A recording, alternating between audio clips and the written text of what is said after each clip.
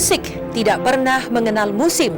Ia ada pada tiap denyut perubahan dan waktu yang mengalir.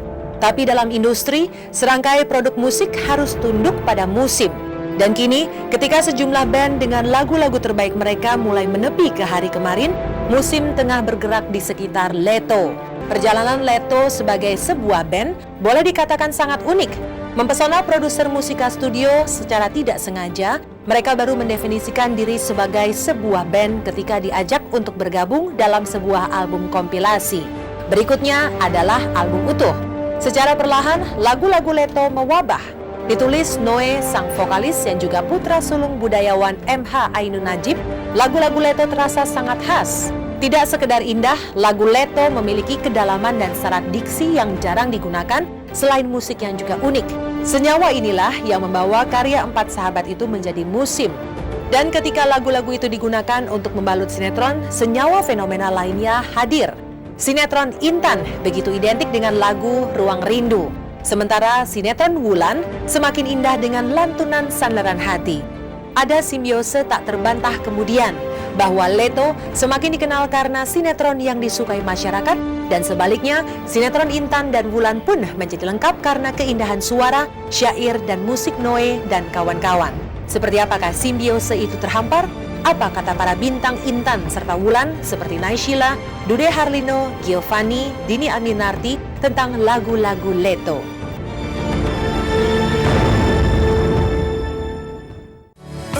Rosy cheeks, a drop of tattooing reminds me of you. Sabrang, Mowo, Damar Panuluh atau Noe, juga Patup, Dedi, dan Aryan adalah empat sahabat yang disatukan lewat interaksi berkesenian sejak di SMA 7 Yogyakarta. Bermain band bukan mimpi mereka pada mulanya. Hingga lulus SMA, Noe dan kawan-kawan hanya tahu bahwa rumah kesenian mereka adalah teater dan seni lain yang berhubungan dengan bidang itu, termasuk musik tradisi. Saya sama Aryan main teater, pertama main pantomim, terus kemudian bergerak ke teater, terus kemudian ketemu Patup, kita bikin musik kontemporer. Itu belum dalam bentuk band. Sampai kita lulus SMA kita nggak pernah ngeband. Secara combo, secara musik modern gitu nggak pernah. Kita pakai musik tradisional, musik kontemporer, selalu gitu-gitu. Lulus SMA, Noe berpisah dengan sahabat-sahabatnya. Ia kuliah di Kanada mengambil jurusan matematika dan fisika. Patup dan Aryan di Universitas Gadjah Mada, tapi jelas mereka mulai bersentuhan dengan musik modern secara lebih intensif. Selepas kuliah, Noe kembali berselancar dengan hobi yang dinikmati bersama para sahabatnya, tapi tak jauh dari musik. Bermula dari studio Garis Hidup, anak-anak Leto beringsut. Saya sangat tertarik sama teknologi, perkembangan teknologi sebenarnya. Saya ngikutin teknologi, teman-teman juga. Terus kemudian kita mengelola sebuah recording studio.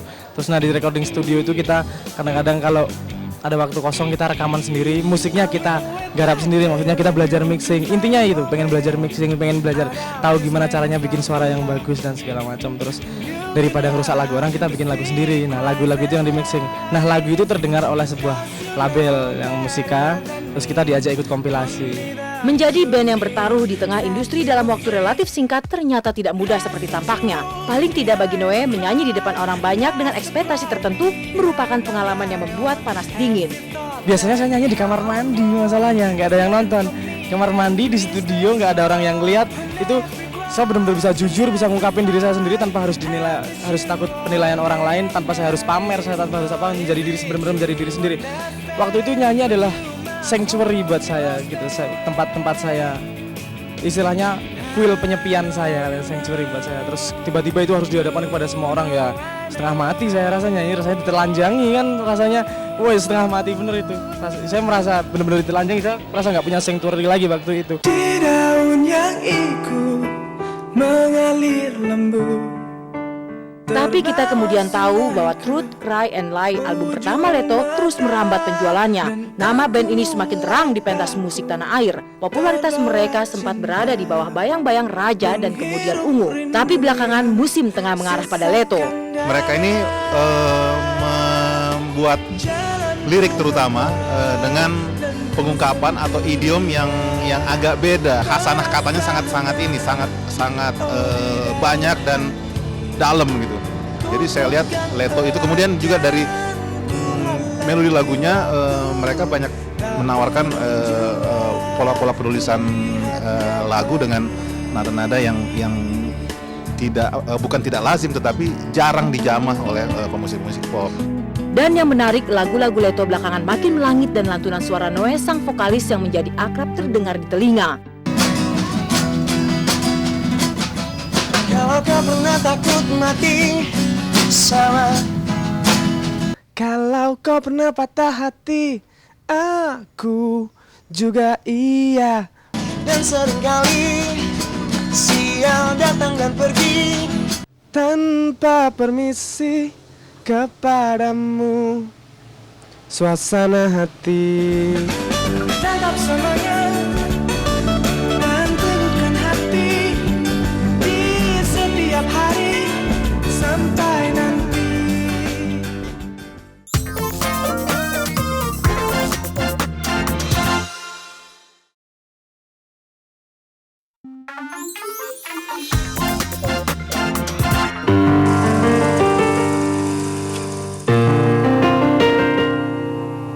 Yakinkah ku berdiri di empat tanpa tepi? Noe sang vokalis tumbuh di tengah iklim berkesenian yang kondusif. Darah dan cara sang ayah, budayawan M.H. Ainun Najib mengarahkan cukup menjelaskan sosok Noe dan bagaimana pengaruhnya terhadap Leto. Keakraban Noe dengan sastra dan tradisi berkesenian idealis tergambar dari caranya menjelaskan filosofi nama Leto, bahwa band ini memang memilih sebuah nama tanpa merisaukan artinya. Leto tuh nggak ada artinya. Kita justru ingin memberi arti dengan memilih nama tanpa arti. Di tengah polusi arti yang semua diartikan macam-macam, kita justru memilih nama yang tanpa arti. Artinya bukan dari kata-katanya, tapi artinya dari statement cara pemilihan kita tentang sebuah kata yang dijadikan identitas.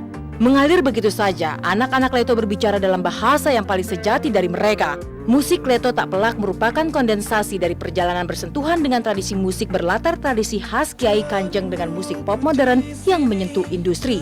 Jenisnya apa soal nanti. Kita nggak menawarkan genre, kita nggak menawarkan jenis kemampuan kita bermain musik. Kita menawarkan kejujuran. Kita menawarkan yang saya katakan tadi adalah sebuah jati diri, sebuah apa yang kita benar-benar kita rasakan, kita buka dan kita ungkapkan pada sebuah media. Yang kita coba tawarkan memang yang pertama kita kalau bisa dikatakan yang kita coba tawarkan itu memang kejujuran itu tadi. Memang kita dari dulu akrab dengan kesenian, walaupun dalam bentuk puisi, dalam bentuk berteater, dalam bentuk macam-macam. Terus mungkin ini sebuah cara pengungkapan yang berbeda dari jati diri itu sendiri, dari apa yang ingin kita rasakan, apa yang kita omongkan itu. Terus kemudian diungkapkan dalam musik, jadilah itu musik. Nyawanya tetap manusianya menurut saya. Ini tak ada arti jika kaulah sandaran hati. Musik Leto memiliki kekuatan sama besarnya dengan lirik yang digubah Noe. Senyawa menawan ini kemudian menjadi bius industri saat dibalutkan kepada sinetron.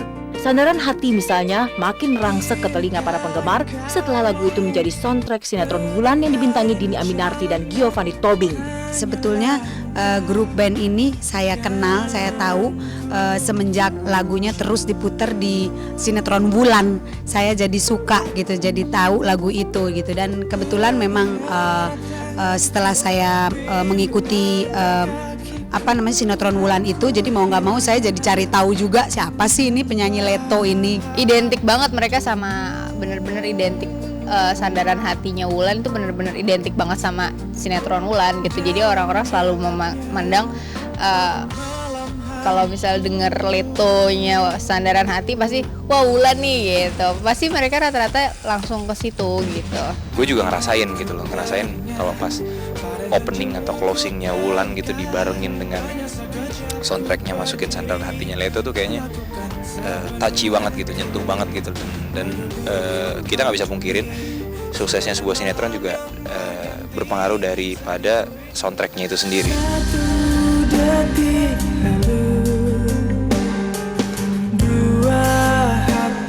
Lagu indah Leto lainnya, Ruang Rindu, melebur dengan keunikan kisah Intan dalam serial yang juga berjudul Intan. Sinetron ini antara lain dibintangi Dude Harlino dan Naysila Mirdad yang juga makin menyukai lagu-lagu Leto sejak sinetron Intan dimulai.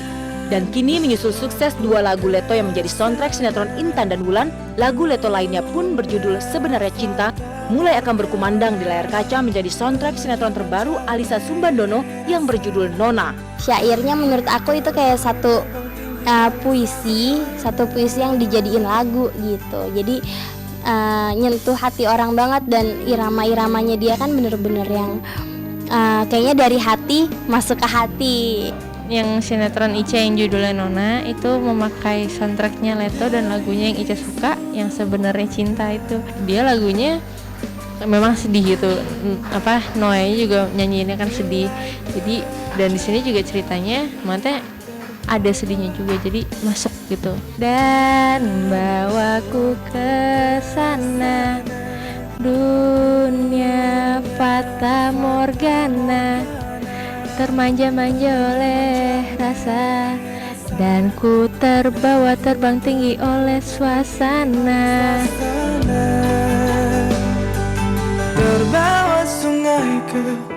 Belum lama grup band asal Yogyakarta ini meraih penghargaan double platinum dari produser mereka untuk penjualan Truth, Cry, and Lie. Sebuah gambaran bahwa album Leto makin laris dan boleh jadi sukses Intan dan Wulan turut memberi pengaruh dalam proses kenaikan penjualan album itu. Ketika ada media lain, yaitu media sinetron, berarti lagu kita punya kesempatan lagi untuk didengarkan orang dan orang diberi kesempatan lagi untuk menilai. Orang tadinya nggak pernah dengerin radio jadi bisa menilai dari TV ini lagunya bagus apa enggak. Di daun yang itu mengalir lembut, terbawa sungai ke ujung mata. Dan aku mulai takut terbawa cinta, menghirup rindu yang sesakkan dada. Datang dan pergi, oh begitu saja. Semua ku terima apa adanya.